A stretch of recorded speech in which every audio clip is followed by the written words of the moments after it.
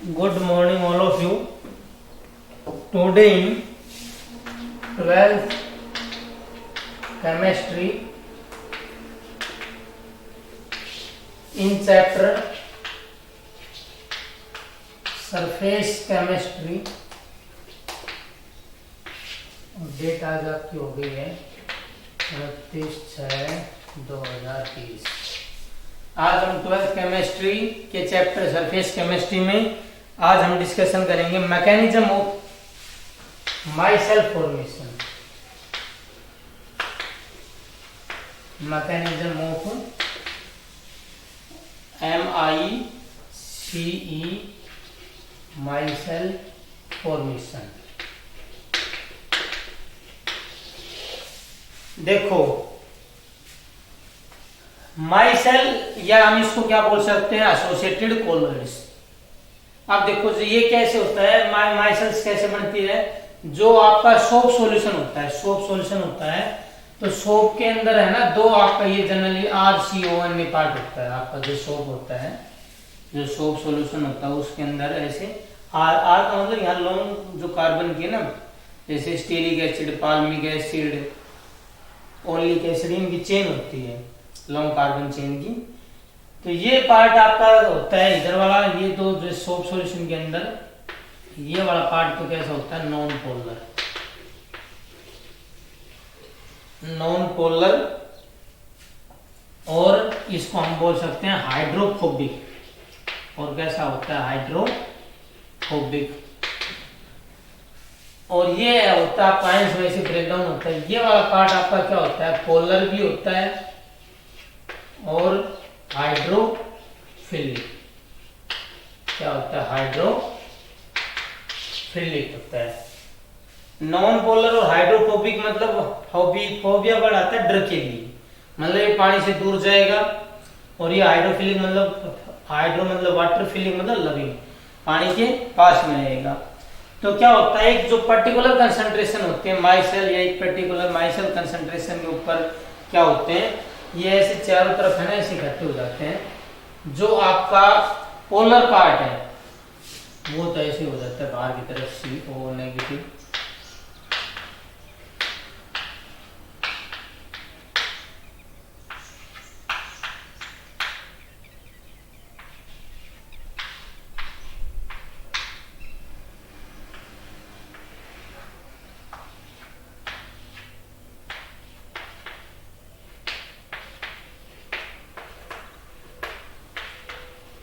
एक particular concentration के ऊपर क्या होता है, जो आपका पोलर पार्ट है ये तो बाहर की साइड हो जाता है और जो नॉन पोलर पार्ट है ये अंदर की तरफ। और ऐसे एक स्फेरिकल टाइप की स्ट्रक्चर बना लेते हैं। इसको हम क्या बोलते हैं, आयनिक माइसेल्स। क्या बोलते हैं, आयनिक माइसेल्स। तो माइसेल्स कैसे बनती हैं, देखो ध्यान से सुनो कि व्हेन सोप मॉलिक्यूल्स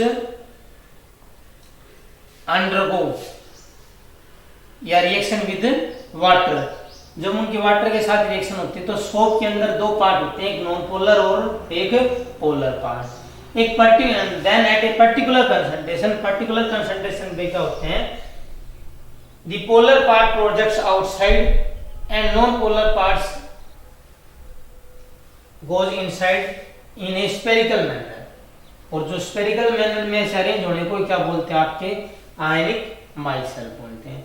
आपका जो पोलर पार्ट है बाहर की साइड इकट्ठा हो जाता है, जैसे सारे प्रोजेक्ट्स आउटसाइड, और ये सारे जो नॉन पोलर पार्ट है अंदर की तरफ ये बाहर वाटर के कांटेक्ट में रहता है।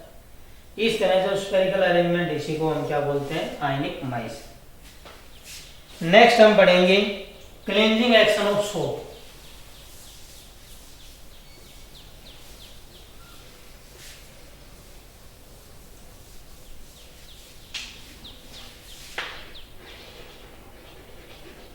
Cleansing action of soaps.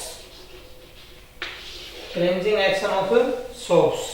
देखो क्लींजिंग एक्शन में क्या कह रहा है, जैसे जो आपकी माइसेल बन गई, जैसे ऐसे स्फेरिकल रूप से आपकी क्या बन गई, या ऐसे ऐसे ऐसे क्या बन गई आपकी माइसेल्स बन जाती हैं। अब क्या होता है, जो पोलर पार्ट है आपका वो तो वाटर के इंटरेक्ट में रहता है, ये आपका जैसे suppose CO negative polar part है, और ये आपका इधर हो गया नॉन पोलर पार्ट, अंदर की साइड वाला ये जो। तो जो नॉन पोलर पार्ट है, जब रिएक्शन होती है तो नॉन पोलर पार्ट तो किसके साथ रिएक्शन कर लेता है, जो ऑयल और ग्रीस के साथ। जो आपका नॉन पोलर पार्ट है वो तो किसके साथ रिएक्शन कर लेता है, ऑयल और ग्रीस के साथ। और आपका जो पोलर पार्ट है वाटर के कांटेक्ट में रहता है। जैसे हम when rinsed with a large amount of water, जब हम इसको बहुत ज्यादा पानी के साथ साफ करते हैं तो क्या होता है, पोलर पार्ट है ये पानी के साथ बाहर आ जाता है, पानी के साथ चला जाता है। तो ये उसके साथ साथ नॉन पोलर पार्ट भी आ जाता है। नॉन पोलर पार्ट आएगा तो ये अपने साथ ऑयल और ग्रीस को ले आएगा, और इस वजह से आपका जो क्लॉथ है वो क्या हो जाएगा, क्लीन हो जाएगा। तो क्लीनिंग रिएक्शन ऑफ सोप में क्या बताना है कि when soap molecule reacted with when we apply soap solution, आपको स्टार्टिंग में क्या लिखना है क्लीनिंग है कि when soap solution is applied on the cloth then the non polar part of the soap, तब आपका जो नॉन पोलर पार्ट है of the soap react with oil और grease present in the cloth, वो क्या करेगा, ऑयल और Greece के साथ रिएक्शन कर लेगा। And polar part remain contact with water when we rinse with a large amount of water, जब हम बहुत सारा पानी के साथ साफ करते हैं, then polar part along with non polar part come outside, जब आपका पोलर पार्ट है नॉन पोलर पार्ट के साथ क्या जाता है, बाहर आ जाता है, और इस तरह से आपका कपड़ा क्या हो जाता है, क्लीन हो जाता है। तो ये था आपका cleaning action of soap.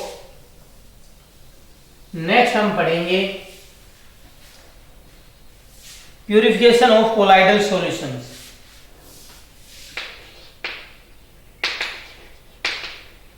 Purification of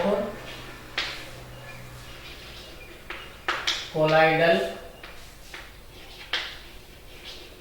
solutions, कि आपके जो कोलाइडल सॉल्यूशंस हैं इनको कैसे कैसे हम प्यूरिफाई करते हैं।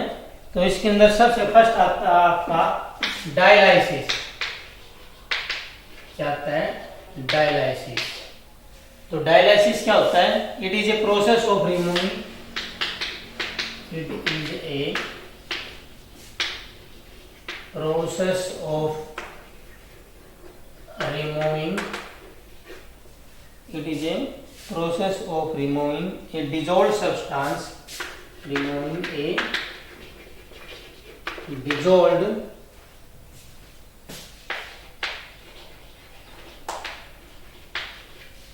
it is a process of removing a dissolved substance from a colloidal solution, from a colloidal solution by means of diffusion, by means of diffusion through a suitable membrane, through a suitable membrane। देखो dialysis क्या होता है, process of removing. भाई हम क्या पढ़ रहे हैं, प्यूरिफिकेशन, कोलाइडल सॉल्यूशन को हम कैसे कैसे प्यूरिफाई कर सकते हैं। तो उसमें एक मेथड है डायलाइसिस। डायलाइसिस में क्या होता है, प्रोसेस ऑफ रिमूविंग, दूर करना डिसॉल्व्ड सब्सटेंस, जो उसके अंदर डिसॉल्व्ड सब्सटेंस है फ्रॉम कोलाइडल सॉल्यूशन। एक कोलाइडल सॉल्यूशन है उसके अंदर जो डिसॉल्व्ड सब्सटेंस उनको रिमूव करना, कैसे, by means of diffusion through a suitable membrane. एक जो सुटेबल मेम्ब्रेन हम जैसे उसके अंदर करेंगे तो वो जो आपके डिसॉल्व्ड सब्सटेंस है जिनको हमें रिमूव करना है वो उसके अंदर क्या हो जाएंगे, डिफ्यूज हो जाएंगे, और फिर हम उसको अलग कर लेते हैं। तो एक तो मेथड था आपका ये डायलाइसिस। नेक्स्ट एक और आपका आता है इलेक्ट्रोडायलाइसिस।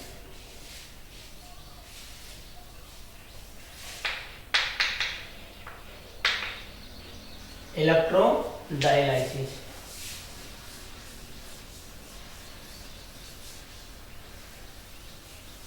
इलेक्ट्रोडायलिसिस में क्या कहते हैं, when dialysis is made faster by applying an electric field. Dialysis और इलेक्ट्रोडायलिसिस में बस डिफरेंस क्या है कि डायलिसिस में सिंपल हो रहा था थ्रू स्टेबल, और इसमें जब हम डायलिसिस को क्या बनाते हैं, फास्टर बनाते हैं। क्या लिखो, when dialysis is made faster, and dialysis is made faster by applying electric field, by applying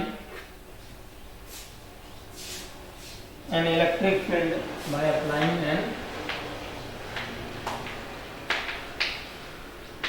electric field if the dissolved substance, if the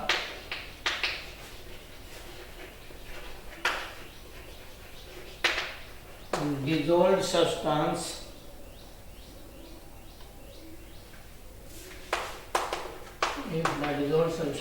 in the impure colloidal solution, in the impure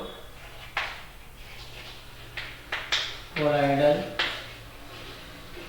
solution is only an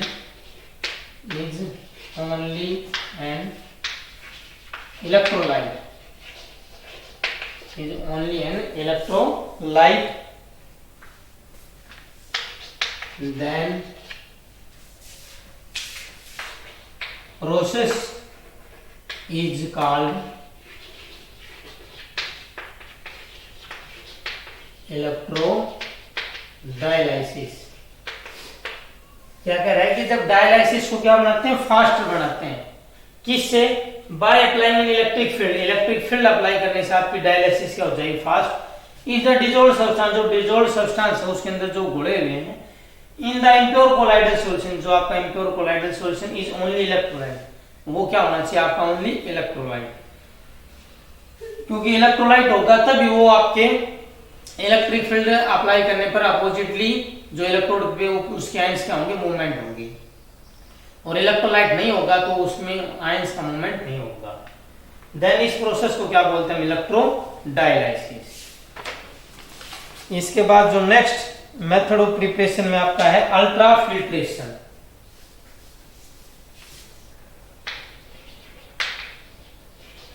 ultra filtration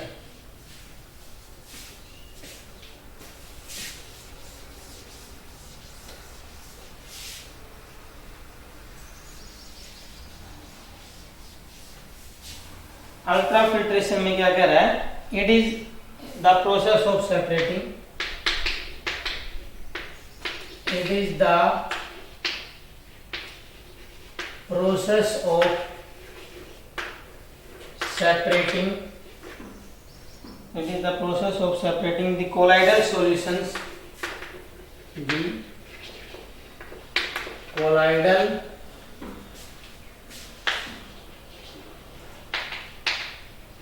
it is the process of separating the colloidal colloidal particles, colloidal particles from the solvent, from the solvent and soluble solutes and soluble solutes and soluble solutes present in the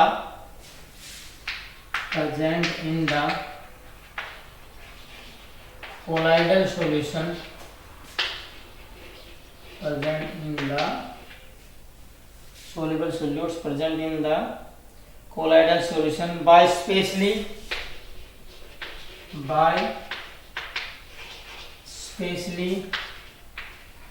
prepared filters, by specially prepared filters, by specially prepared filters which are which are permeable to all substances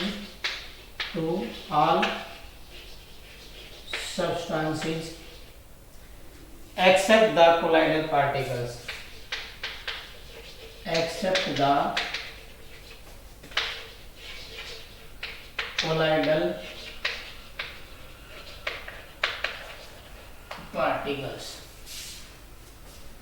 आपकी ultrafiltration में क्या कह रहा है?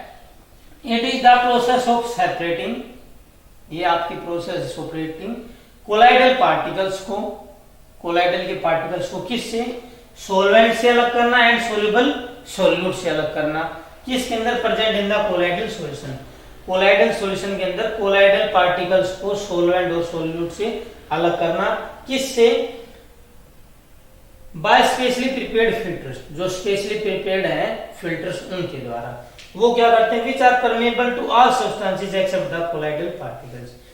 जो specially prepared filters क्या करते हैं? सभी सब्सटेंस को उसमें से पास होने देते हैं अल्ट्राफिल्ट्रेशन में, लेकिन कोलाइडल पार्टिकल्स को क्या कर लेते हैं? रोक लेते हैं। तो फिर आपके कोलाइडल पार्टिकल्स क्या हो गए? उससे सेपरेट हो गए। तो ये तो थे आपके methods of purification of colloidal solutions. Next हम करेंगे properties of colloidal solutions.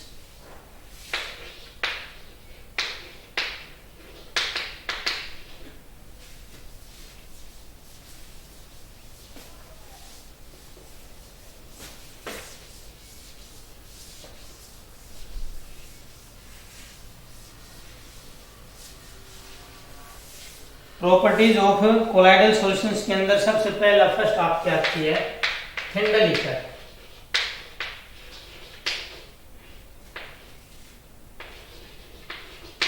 थिंडल effect क्या कहता है? It is due to scattering of light. Tyndall effect कैसे होता है? It is due to scattering of light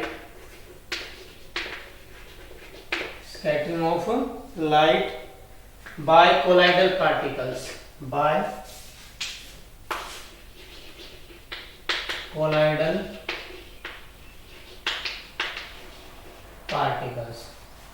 ये क्या होता है? स्कैटरिंग ऑफ लाइट के इसके द्वारा बाय कोलाइडल पार्टिकल्स, वो क्या कहलाता है? आपका थिंडल इफेक्ट।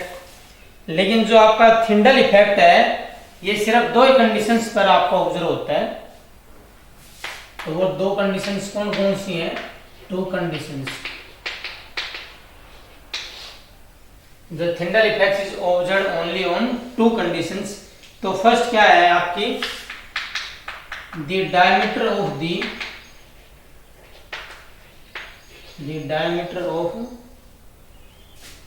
डिस्पर्स्ड पार्टिकल्स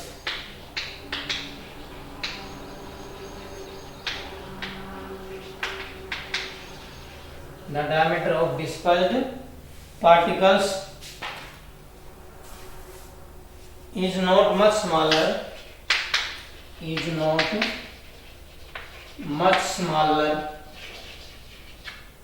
जो डायमीटर है of the dispersed particles is not much smaller than the wavelength of light used. और सेकंड कंडीशन क्या है आपकी? The refractive indexes of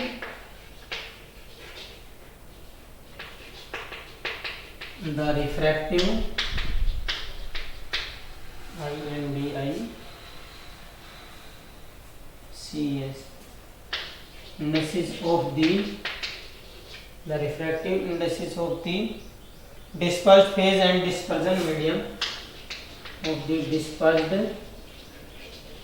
phase and dispersion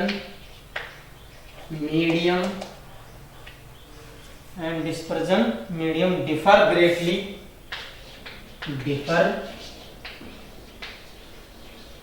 greatly in the magnitude tube. देखो क्या कह रहा है कि जो थिंडल इफेक्ट क्या था, scattering of light by colloidal particles, क्या कहलाता है थिंडल इफेक्ट। जो Tyndall effect is observed only on two conditions पे आपको ऑब्जर्व होता है। कब?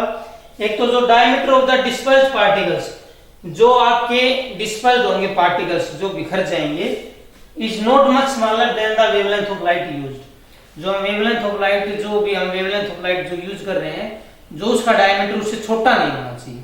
अगर छोटा होगा तो डिस्पर्स्ड नहीं होंगे। सेकंड क्या कह रहा है, refractive index of the dispersed phase and dispersion medium differ greatly in the magnitude. देखो जो आपका डिस्पर्स फेज है और डिस्पर्जन मीडियम, दोनों का रिफ्रैक्टिव इंडेक्स में बहुत ज्यादा डिफरेंस होना चाहिए, क्योंकि रिफ्रैक्टिव इंडेक्स में डिफरेंस होगा तब तो आपका डिफ्लेक्शन होगा। तो इसी वजह से आपका जो रिफ्रैक्टिव इंडेक्स है डिस्पर्स फेज और डिस्पर्जन मीडियम, वो दोनों में क्या होना चाहिए, ज्यादा डिफरेंस होना चाहिए। इसके बाद जो हम नेक्स्ट पढ़ेंगे, इसमें ब्राउनियन मूवमेंट।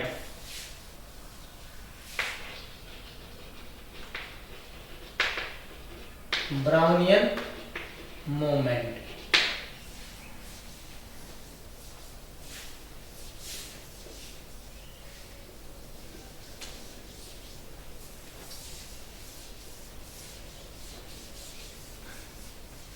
ब्राउनियन मूवमेंट आप पहले जानते हो क्या होता है।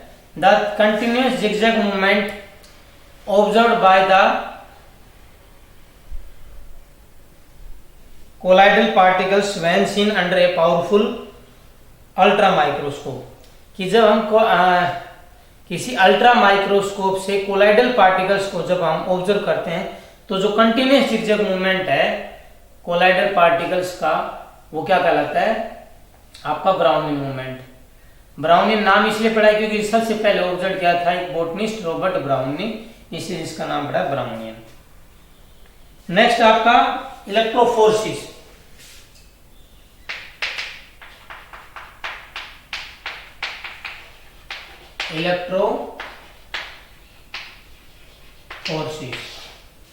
इलेक्ट्रोफोर्सिस क्या कहता है, the movement of colloidal particles under an applied electric potential. The movement of colloidal particles, the movement of colloidal particles under an applied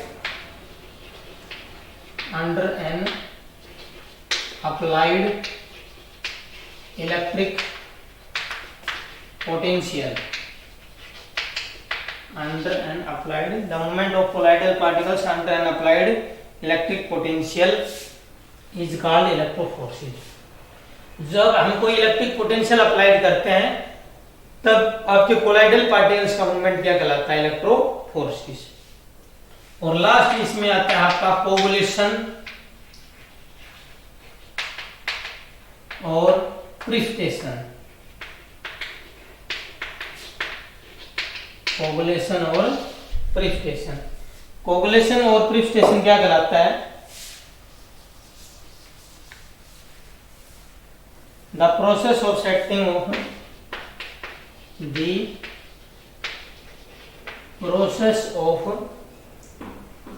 settling of colloidal particles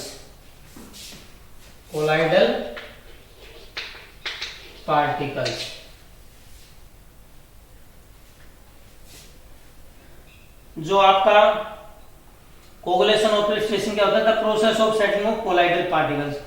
जो आपके कोलाइडल पार्टिकल्स हैं उसका सेट होना, एक जगह बैठ जाना नीचे, सेटलिंग है ना, वो क्या कहलाता है, कोगुलेशन और प्रिसिपिटेशन। और कोगुलेशन है लायो, जो आपका फोबिक सोलो कैसे कैसे हम ऑब्जर्व कर सकते हैं, बाय इलेक्ट्रोफोर्सिस से भी कर सकते हैं, बाय बॉइलिंग से भी, by mixing two oppositely charge salt से भी, बाय परसिस्टेंट डायलाइसिस से भी, बाय एडिशन ऑफ इलेक्ट्रोलाइट्स। ये कुछ मेथड से थे जिससे हम कोगुलेशन या आपका प्रिसिपिटेशन अचीव कर सकते थे। तो आज हमने क्या क्या डिस्कशन किया है, एक तो mechanism of myself formation, cleansing action of soap, फिर उसके बाद प्यूरिफिकेशन ऑफ कोलाइडल सॉल्यूशन कैसे कैसे हम कोलाइडल सॉल्यूशंस को प्यूरिफाई करते हैं। उसके बाद properties of colloidal solution, properties में थिंडल इफेक्ट, ब्राउनिंग मोमेंट, इलेक्ट्रोफोर्सिस और कोगुलेशन। और लास्ट में हमने पढ़ा था कि कोगुलेशन और प्रेसिपिटेशन कैसे कैसे हम ऑब्जर्व कर सकते हैं। एक तो by electrophoresis, by boiling, by mixing of two oppositely charge sols, by persistent dialysis, by addition of electrolytes. Okay, thank you.